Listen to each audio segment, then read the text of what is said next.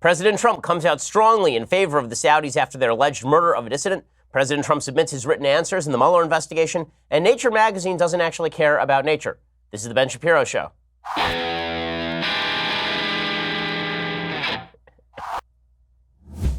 It's the day before Thanksgiving, folks. Nobody wants to be here, but we're here with you anyway because we have to guide you on the evening commute home or on the morning commute to work that you don't want to be at. So we will be here with you as you suffer through traffic. There is still a lot of news happening in the lead up to Thanksgiving. We'll get to all of it in just 1 second. But first, let me remind you that if you are somebody who thinks about going to restaurants a lot and who eats too much prepared food, and instead you would like to cook at home, but you don't want all the work of having to go to the grocery store, come up with your own recipe, buy too much of various ingredients, and then cook it badly. Instead, you could be cooking like a gourmet with Blue Apron. Blue Apron delivers farm-fresh ingredients and step-by-step recipes to your door. Their mission is to make incredible home cooking accessible to everyone. Blue Apron does all the meal prep for you. Here's how it works. You choose chef-designed recipes, and they deliver fresh, seasonally inspired ingredients. You can cook incredible meals in as little as 20 minutes. Every week, at least 3 recipes are built with your busy schedule in mind, where Blue Apron has done the meal prep for you. That means the spices, the sauces, the ingredients, quick and easy recipe options, and Blue Apron offers a range of recipes bursting with flavor. I mean, I'm looking at some of their recipes right now. It's stuff like beef and broccoli in cumin spiced sauce, hot Italian sausage pizza, smoky chicken and sweet potato bake. I mean, this stuff is like top line gourmet quality restaurant stuff, and you're going to be making it at home with your spouse, with your kids. It's really fantastic. Go check it out right now. Right now, get your first 3 meals for free at blueapron.com/Shapiro. That is blueapron.com/Shapiro to get those first 3 meals for free. Blue Apron is indeed a better way to cook. Folks around the office have been using Blue Apron for a long time, and for good reason. Blue Apron is a better way to cook. blueapron.com/Shapiro to get your first 3 meals for free. Okay, well, we begin today with some excellent news. Romaine lettuce is not edible. Now, there are those of us who have known this for years because it tastes like garbage. And I know there are a bunch of people out there, no, I love romaine lettuce. Stop lying to yourself. You don't love romaine lettuce. You love all the stuff that's on top of the romaine lettuce. You like the ranch dressing, or you like the croutons, or you like the panini that you chopped up and put on the romaine lettuce to make it edible. But you didn't like the romaine lettuce. And you lying to yourself is the cause of so much grief in your life. If you would just look into your heart, you would realize that you've never wanted to eat romaine lettuce. And now you finally have the excuse. According to the New York Times, the warning came just as millions of Americans were preparing for the biggest food holiday of the year. People should not buy or eat romaine lettuce. Restaurants should stop serving it. Anyone who has it on hand should throw it out and clean the refrigerator immediately. This has always been the policy at the Shapiro household. Okay, romaine lettuce has never entered within our doors because this is not something that I will tolerate. As the man of the home, I will not tolerate anything that my food eats being eaten by me. There is a food chain for a reason, okay? And there has to be an intermediate stop before the romaine lettuce hits my stomach. That intermediate stop is an animal that once ate the romaine lettuce. This stern and sweeping advisory issued by the Centers for Disease Control and Prevention on Tuesday afternoon, 2 days before Thanksgiving, caught many people off guard, but the agency said it was acting out of an abundance of caution after 32 people in 11 states fell sick with a virulent form of E. coli, a bacteria blamed for a number of foodborne outbreaks in recent years.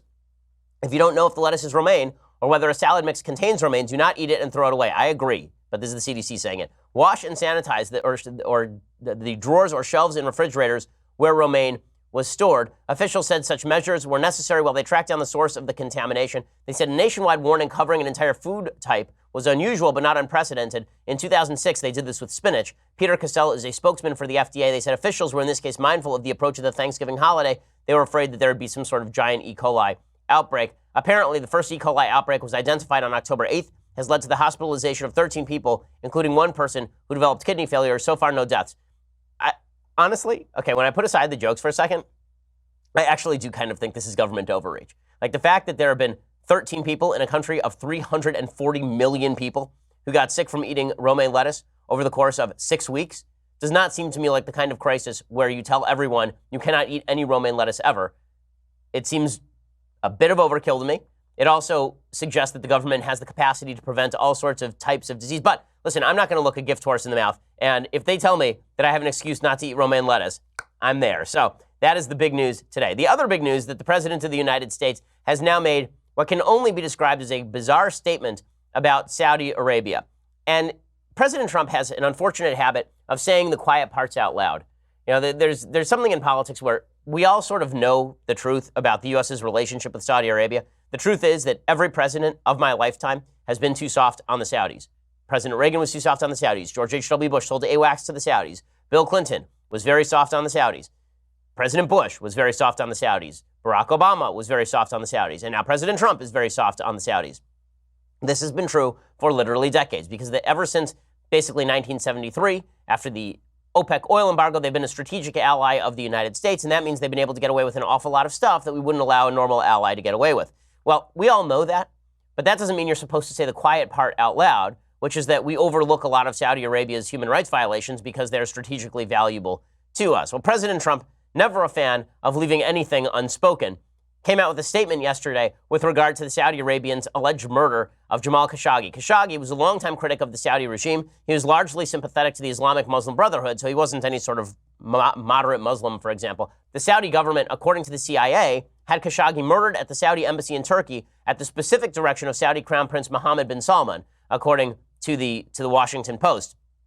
Now, bin Salman has been the supposed reformer in Saudi Arabia who is making overtures toward the United States, overtures toward Israel, and was a strong strategic ally of the Trump administration. So President Trump put out a statement with regard to the Khashoggi murder based on this new report that the CIA had said that the Saudi Arabian government was responsible for it, and in particular, Prince Mohammed bin Salman. And his statement is in equal parts true, false, and bad.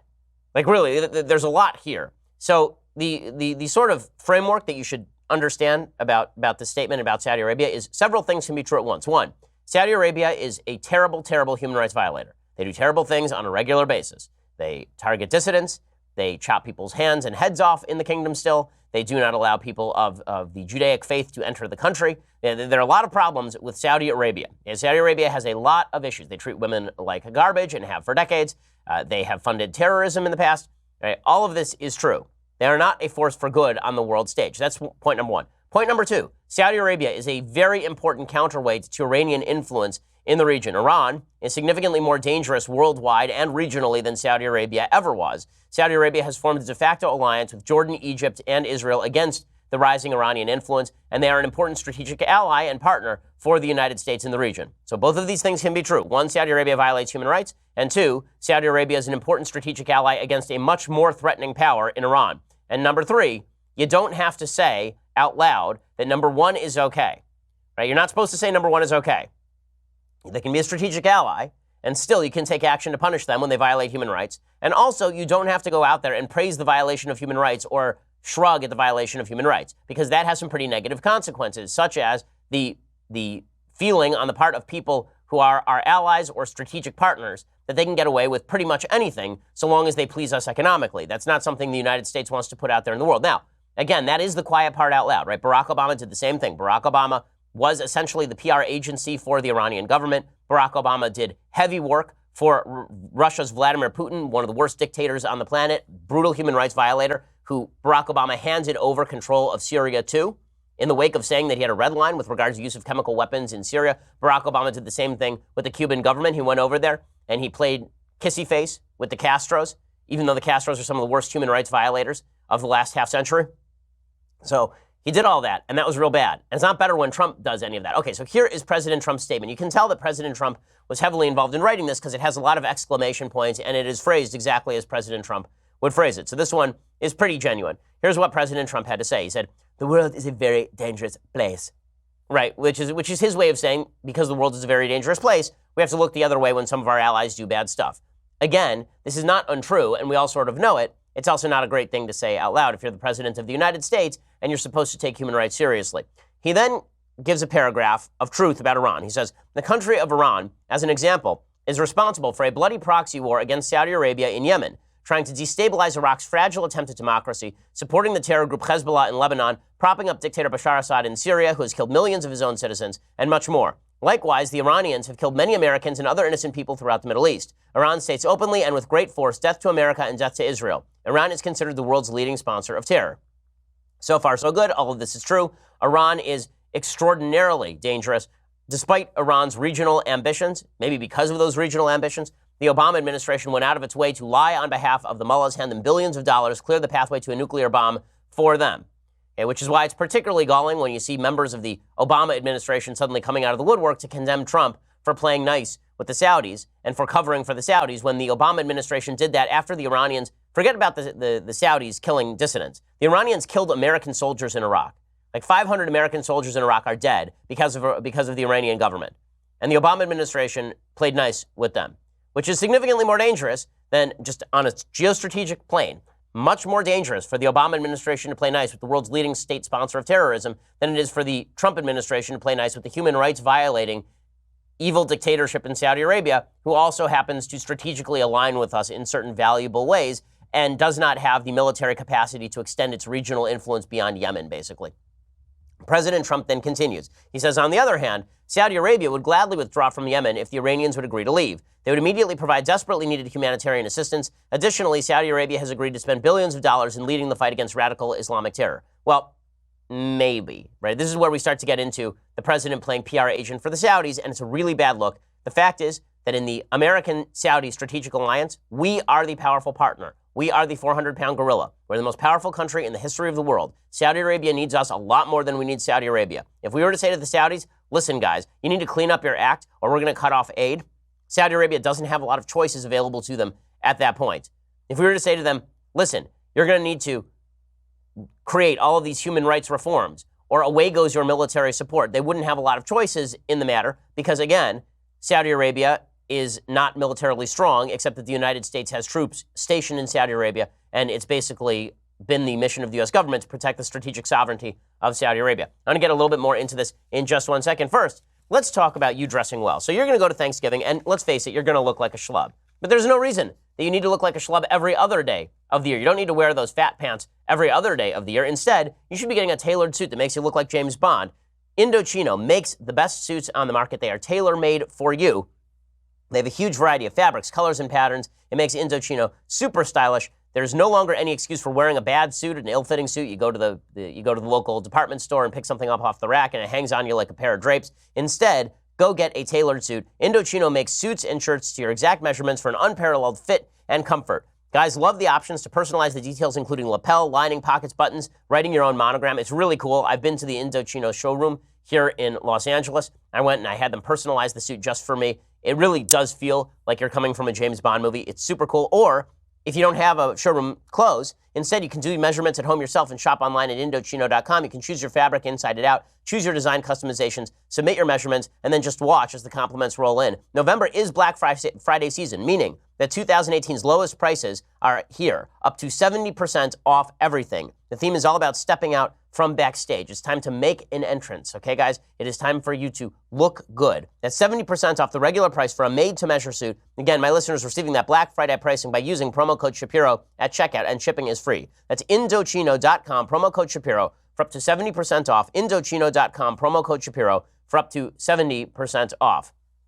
All right, so back to President Trump's statement. So he's complimenting Saudi Arabia and talking about how we need them. He says, after my heavily negotiated trip to Saudi Arabia last year, the kingdom agreed to spend and invest excuse me, $450 billion in the United States. This is a record amount of money. It will create hundreds of thousands of jobs, tremendous economic development, and much additional wealth for the United States. Of the $450 billion, $110 billion will be spent on the purchase of military equipment from Boeing, Lockheed Martin, Raytheon, and many other great U.S. defense contractors. If we foolishly cancel these contracts, Russia and China would be the enormous beneficiaries and very happy to acquire all of this newfound business. It would be a wonderful gift to them directly from the United States. Okay, that's not exactly a great argument. Okay, if your argument is that we are about to make a lot of money in an economic deal, so it's okay if Saudi Arabia kills dissidents, this is patently immoral. And if Barack Obama had said it, we would be saying exactly that at the time. Okay, and by the way, President Trump doesn't feel this way about China, right? He said that we have to declare a trade war on China, which is going to be a lot more damaging to the United States economy than losing out on some defense contracts with Saudi Arabia. The president says we need to declare a trade war on China for moral reasons and strategic reasons. I think there is some truth to that, but I don't think that he can maintain those positions separately, that China bad, Saudi Arabia good. That doesn't hold. But here's where he gets to the really bad stuff, the president's in this statement. He says, the crime against Jamal Khashoggi was a terrible one and one that our country does not condone. Indeed, we have taken strong action against those already known to have participated in the murder. After great independent research, we now know many details of this horrific crime. We've already sanctioned 17 Saudis known to have been involved in the murder of Mr. Khashoggi and the disposal of his body. Representatives of Saudi Arabia say that Jamal Khashoggi was an enemy of the state and a member of the Muslim Brotherhood. But my decision is in no way based on that. This is an unacceptable and horrible crime. King Salman and Crown Prince Mohammed bin Salman vigorously deny any knowledge of the planning or execution of the murder of Mr. Khashoggi. Our intelligence agencies continue to assess all information, but it could very well be that the Crown Prince had knowledge of this tragic event. Maybe he did, and maybe he didn't. Very weird statement in a presidential statement. Maybe he did and maybe he didn't, which isn't. His CIA said he did. So there's that, but maybe he did, maybe he didn't. Says, that being said, we may never know all the facts surrounding the murder of Mr. Jamal Khashoggi. Now, let's be straight about this. President Trump makes these sorts of denials all the time. You remember in Helsinki, he met with Vladimir Putin, and then Putin said, I did not hack your election. Ha ha. And President Trump came out and said, I would tell you that President Putin was extremely strong and powerful in his denial. So President Trump will buy denial from people who he thinks treat him nicely. And the same thing is true from Mohammed bin Salman and the Saudi crown prince, the Saudi king. Right? He'll buy all of that if it fits his preconceived notions. With that said, it is not a particularly useful line. Not only is it useful, it's not moral. It's not moral to undercut your own CIA's finding that a specific murder was ordered at the direction of a key ally, and then you're like, well, maybe it happened, maybe it didn't. I don't know. Were you there? Right? Like that is not a good thing for the President of the United States to be saying. And again, I was all up, on Obama when he did very similar sort of stuff. And we'll get to Obama in just a second and the leftist blowback. But President Trump's statement continues. He says, in any case, our relationship is with the Kingdom of Saudi Arabia. They've been a great ally in our very important fight against Iran. The United States intends to remain a steadfast partner of Saudi Arabia to ensure the interests of our country, Israel, and all other partners in the region. It is our paramount goal to fully eliminate the threat of terrorism throughout the world. I understand there are members of Congress who, for political or other reasons, would like to go in a different direction, and they are free to do so. I will consider whatever ideas are presented to me, but only if they are consistent with the absolute security and safety of America. After the United States, Saudi Arabia is the largest oil-producing nation in the world. They've worked closely with us and have been very responsive to my request to keeping oil prices at reasonable levels, so important for the world. As President of the United States, I intend to ensure that in a very dangerous world, America is pursuing its national interests and vigorously contesting countries that wish to do us harm. Very simply, it is called America First. So America First means that we have to basically greenlight Saudi Arabia killing dissidents. That is overstated. And this is the point that I'm making. You can side with Saudi Arabia against Iran. You can suggest that we need to continue military support for Saudi Arabia. You can say that they are a strategic ally. But what you can't do, and what you shouldn't do as President of the United States, is pretend that murder of a dissident is not a big deal, or suggest that the murder of the dissident is not attributable to the Saudi government because maybe the CIA made a mistake. Who knows? Could be. Whatever. Like that is not a good look for any president of the United States. And so it is not completely out of left field or incorrect when the Washington Post criticizes the president, saying that President Trump's response to the brutal murder of journalist Jamal Khashoggi is a betrayal of long-established American values of respect for human rights and the expectation of trust and honesty in our strategic relationships. Now, here is where we start to get to the dicey territory. So first of all, we'll finish with President Trump's commentary, and then we'll get to the dicey territory, which is people on the left who are going after President Trump in a way they never went after Barack Obama for his ties with Iran, with Cuba, with Vladimir Putin, right? I mean, that stuff is really, really hypocritical, and not only hypocritical, sets up a standard that essentially suggests the only reason they're going after Trump is sheer partisan politics over this stuff, that he said the quiet part out loud, and he wasn't supposed to do that for whatever reason. Okay, with that said, here was President Trump's state. So President Trump, at this point, is almost trolling. He says, the reason that we are not doing anything about Saudi Arabia is it's America first. All I do is focus on this country and making great deals for this country. I don't focus on making great deals for myself because I don't care anymore. So Saudi Arabia has nothing to do with me. What does have to do with me is putting America first. Okay, so and the idea is that America's interests require us to do this. And here's the point. America's interests do not actually require us to greenlight the murder of dissidents by strategically partnered governments. It doesn't actually require us to do that. That is the point that I'm making over and over here. And when President Trump says he's not going to destroy the economy on the basis of them murdering a citizen of their country, well, again, the idea that we're going to destroy the economy if we sanction the Saudis a little bit is just absurd. And I'm not going to tell a country that's spending hundreds of billions of dollars and has helped me do one thing very importantly, keep oil prices down so that they're not going to $100 and $150 a barrel. Right now, we have oil prices in great shape. I'm not going to destroy the world economy and I'm not going to destroy the economy for our country by being foolish with Saudi Arabia. Okay, so, again, the idea that we are supposed to greenlight bad Saudi behavior because they keep the oil prices low, that's been true for decades. But when the president of the United States says it out loud, it makes it sound as though the United States is somehow enthralled to the oil prices in Saudi Arabia, which is really bad stuff. The president should not be saying this. And this led to Mike Pompeo, the Secretary of State, being grilled. He was being grilled at the State Department. He was asked, does America First mean putting cash ahead of human rights? So does the America First agenda mean putting U.S. business interests ahead of human rights concerns? The United States took a very strong response. We have sanctioned 17 individuals in connection with that investigation. We are at the same time committed to making sure that we place America's national security interests and all the actions that take place in the context of doing the right thing to make sure that America continues to thrive and grow. And when we do that, the world is better off for it too. And the Middle East is better off as well. Okay, now, as I say, I am not opposed to the Trump administration's general policy with regard to Saudi Arabia. In fact, I think that general policy is largely correct. But with all of that said, they're opening themselves up to charges that they don't care about human rights, which seems to be somewhat true, and to the idea that President Trump is putting simple trade deals above basic morality. President Trump seems to be saying that himself. That is a serious problem. Now, with that said, we're going to get to the left's response, which is entirely hypocritical, completely politically driven, and not driven in any real way by serious objections to what President Trump actually did. I'll explain that in just 1 second. First, let's talk about your sleep quality. So, there's nobody on the planet like you. Why would you buy a generic mattress built for somebody else? Helix Sleep has now built a sleep quiz. It takes 2 minutes to complete. They use the answers to match your body type and sleep preferences to the perfect mattress. Whether you're a side sleeper or a hot sleeper, whether you like a plush or a firm bed, with Helix, there's no more guessing and no more confusion. Just go to helixsleep.com/Ben, take that 2-minute sleep quiz. They'll match you to a mattress that will give you the best sleep of your life. It really is spectacular. I mean, these mattresses are really good. My wife and I have one. We took the 2-minute sleep quiz, and then we got the mattress. It came in a box. We unwrapped it. It inflated right in front of us. We tossed it on the bed frame, and it was then good to go. It's really a terrific product, and right now, Helix is offering up to $125 off all mattress orders. Again, up to $125 off at helixsleep.com/Ben. That's helixsleep.com/Ben for $125 off your mattress order. Go check it out right now, helixsleep.com/Ben. They also have a 10-year warranty. You get to try it out for 100 nights risk-free. You really got nothing to lose and everything to gain in terms of sleep quality. These mattresses are so good. I got one for my sister for her wedding. She loves it. It's really great. helixsleep.com/Ben for $125 off your mattress order. Okay, so the left's response to President Trump is hypocritical and absurd.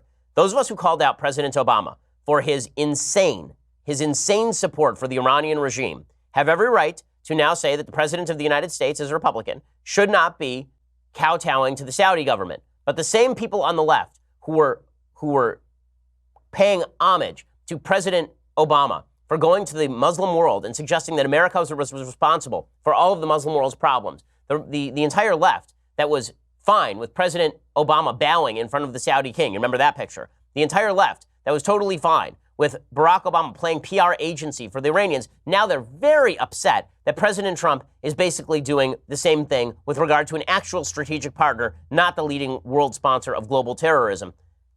So, for example, you have Samantha Power. Samantha Power is the former UN ambassador and for the Obama administration. And Samantha Power, basically, here's what she tweeted out. Let me actually find the exact tweet because it really is quite absurd. Sorry. Here it is. So, the exact tweet that Samantha Power sent out was this. It is a mean and nasty world, but Trump's siding with the meanest and nastiest out there. Whether Duterte, Sisi, Putin, or assassin MBS, that'd be Mohammed bin Salman, will leave the world even nastier. This statement is a green light for would-be murderers in countries that have things Trump thinks we need. Samantha Power, you and your administration said that there was a red line in Syria with the use of chemical weapons. Then you turned over the entire country to Bashar Assad and the Russians. You, Samantha Power, were part of an administration that turned over half of Iraq to ISIS. You, Samantha Power, were part of an administration that played PR agency for the Iranian regime, the leading world sponsors of terrorism. You, Samantha Power, were responsible for an administration that kowtowed to the Cuban government, which jails dissidents for decades and tortures them. You, Samantha Powers, were responsible for a rise of the Chinese government, a solidification of that Chinese government. This is the part where I start to say, okay, so are they really angry at Trump because Trump did something wrong? Like, I'm angry at Trump because Trump did something wrong here? Or are they angry at Trump just because he's Trump? Are they angry at Trump because he said the quiet part out loud, because he did exactly what the Obama administration did, except against the Iranians, and because they don't like Trump personally? It seems to me a lot more of the latter. So, for example, look at this insanity from Representative Steve Cohen. Steve Cohen is a congressperson from Tennessee, and here he is suggesting that President Trump was paid off by the Saudis. That's why he's doing this.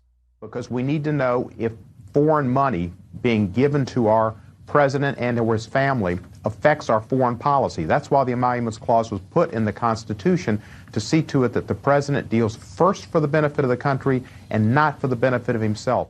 Okay, this is absurd. Even Breonna Keeler over at CNN was like, you have no evidence of this whatsoever. And then he tried to talk over her.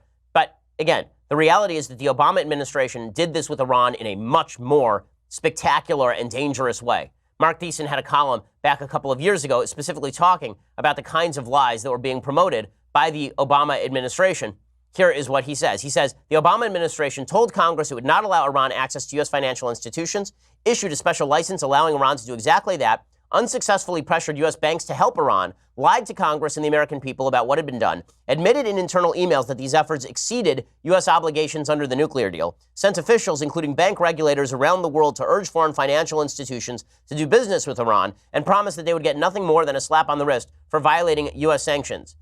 How bad is this, says Mark Thiessen? Remove the words Obama and Iran and replace them with Trump and Russia, and imagine the outrage that would ensue over the same revelations. And of course, that's exactly right. And the Obama administration acknowledged at the time that they were lying to the American people. According to Paul Farhi at the Washington Post back in 2016, one of President Obama's top national security advisors led journalists to believe a misleading timeline of U.S. negotiations with Iran over a nuclear agreement, and relied on inexperienced reporters to create an echo chamber that helped sway public opinion to seal the deal, according to a lengthy magazine profile. Ben Rhodes, the deputy national security advisor for strategic communications, told the New York Times Magazine he helped promote a narrative that the administration started negotiations with Iran after the supposedly moderate Hassan Rouhani was elected president in 2013. In fact, the administration's negotiation actually began earlier with the country's powerful Islamic faction. The framework for the agreement was hammered out before Rouhani was even elected. So they were lying to the American people, and they've been continuing to play defense for the Iranian government ever since. John Kerry, no less than 4 months ago, was in Iran basically telling the Iranians, wait out President Trump, maybe after he's gone, we can come back to you. He's going out there and performing his own foreign policy. The Iranian backing Obama administration officials have ripped into, for example, the Israelis for pointing out that Iran has not, in fact, been compliant with the nuclear deal. They've said, no, Iran is compliant. We love Iran. Iran's doing great. So, and the idea coming from these folks that the Trump administration is doing anything new or extraordinarily terrible here is just a lie. The only difference is that Trump says stuff out loud that Obama did quietly. That is the only difference here. And the difference that Saudi Arabia actually is a strategic partner to the United States in a way that Iran is not. This is not whataboutism here. Okay? This is not me saying that it's okay for Trump to do what he did about Khashoggi because Obama did the same thing with regard to Iran. The point that I'm making here is that Trump was wrong to say what he said about Khashoggi, but Saudi Arabia is more of a strategic ally than Iran ever was. And for all of the folks on the left to be proclaiming from the high hills the high ground on foreign policy is insane, ridiculous, and unbased in fact. They have no capacity to do this in any honest way. It's just absurd. It's just absurd. And speaking of just absurd, there's an article from the New York Times about President Trump today talking about how President Trump supposedly wanted the DOJ to indict and prosecute Hillary Clinton and former FBI Director James Comey. According to the New York Times, President Trump told the White House counsel in the spring that he wanted to order the Justice Department to prosecute two of his political adversaries, his 2016 challenger, Hillary Clinton, and the former FBI Director James B. Comey, according to two people familiar with the conversation. The lawyer, Donald McGahn, rebuffed the president, saying that he had no authority to order a prosecution. Mr. McGahn said that while he could request an investigation, that too could prompt accusations of abuse of power. To underscore his point, McGahn had White House lawyers write a memo for Trump warning that if he asked law enforcement to investigate his rivals, he could face a range of consequences, including possible impeachment. So the left has been going nuts over this. How could President Trump have ever suggested prosecuting Hillary Clinton or James Comey? You know what the answer is? The answer is the same as the answer is with regard to the Saudi thing. President Trump says a lot of stuff out loud that a lot of other people say quietly. President Trump says a lot of stuff and considers a lot of stuff that his job does not allow for. President Obama did it quietly, and so we pretend that meant that he was filled with dignity and honor. President Trump says this stuff out loud, and therefore this means that he is the greatest tyrant this side of Genghis Khan. Right? This is really how the media play it. Remember, President Obama had his attorney general act as his wingman. That is the statement of his own attorney general. He declared executive privilege on behalf of that attorney general when he was held in contempt by Congress. No one at the IRS was ever prosecuted for the targeting of conservative groups. But Obama did it quietly. He didn't say it out loud, and that meant that he was filled with dignity and honor. And so some folks, Connor Friedersdorf over at The Nation, at The Atlantic, he said, well, you're making excuses for President Trump on this story. No, I'm just telling the truth on President Trump, which is President Trump says a lot of crap. Most of it never sees the light of day. Most of it never turns into policy because, as I say, President Trump says a lot of crap. Okay, I'm not going to take a statement from President Trump threatening things with the same seriousness as a statement from President Obama threatening things. Why? Because Obama was a much more subtle politician who didn't say the quiet part out loud. President Trump always says things out loud. There has not yet been a thought that occurred to President Trump that did not then exit his face within a millisecond. So when President Trump says stuff, no, I'm not going to take it as seriously as I would from President Obama, because Obama actually considered the stuff that came out of his face. And that meant that when he issued a threat, it was actually dangerous. When Trump issues a threat, it's mostly Trump just saying things. And these folks who are saying that I'm supposed to treat Trump exactly like Obama, like I have a functioning prefrontal cortex. I'm not going to. That's silly. It's like saying that I'm supposed to treat my 2.5-year-old son the same way that I treat my wife when they make pronouncements on things. Like, no, they're different people with different capacities. That's not a thing.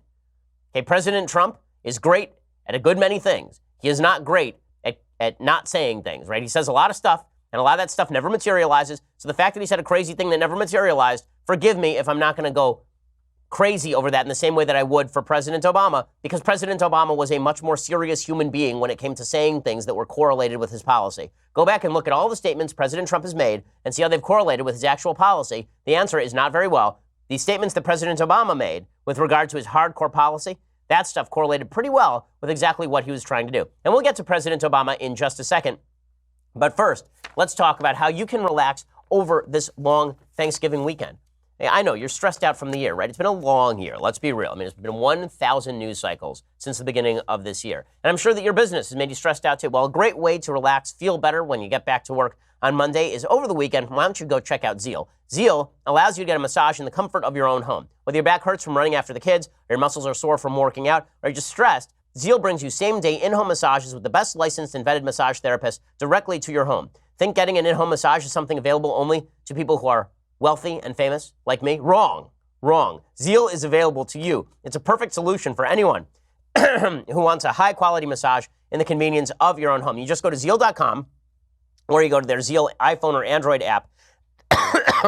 That is ZEEL.com, and you select from top local licensed pre-screened massage therapists. Choose your favorite technique, gender preference, time, and location for your massage. Zeal will send you one of their 10,000 licensed massage therapists with massage table, music, supplies, scheduling, booking, payment. It's fast and easy. The tip is included. It's available around the clock. Bring the spa to you. Try Zeal today, really, like today. They are on demand. You could have the best massage of your life in your own home with Zeal today. To help you get started, our listeners right now get a special deal, $25 off their first in-home massage with promo code BEN. I mean, go check this out right now. It's a great deal. ZEL.com, promo code BEN, and you get a special offer, $25 off your first in-home massage. Go check it out right now, Zeal.com, and use that promo code BEN to let them know that we sent you. Okay, so I want to talk about President Obama and his pronouncements on politics and why you should probably take them more seriously than whatever thing Trump said a year ago that never got implemented in policy. We'll talk about that in just a second. First, you're going to have to go and subscribe. $9.99 a month allows you to subscribe. When you do, you get the rest of this show live, the rest of Andrew Klavan's show live, the rest of Michael Knowles' show live. You also get to access new episodes of The Conversation, which come out on a routine basis here at the Daily Wire. Like, lots of good stuff happening. Plus, when there's Daily Wire Backstage and you want to ask us questions, you get to do that. When I have my mailbag on Fridays, you get to ask questions that I will answer. All of these things happen for you when you spend $9.99 a month over at Daily Wire. And when you get the annual subscription, $99 a year, you get this, the very greatest in beverage vessels, the Leftist Tears hot or cold tumbler. Go check it out right now. It is fantastic. You could have been sipping this for Thanksgiving if you had actually bothered to get your subscription like 3 weeks ago. Instead, you will suffer through Thanksgiving with your relatives, not infused with the intelligence and bravery that this tumbler provides you, but you don't have to make the same mistake for Christmas. So make sure that you go get a subscription right now. We are the largest, fastest growing conservative podcast in the nation.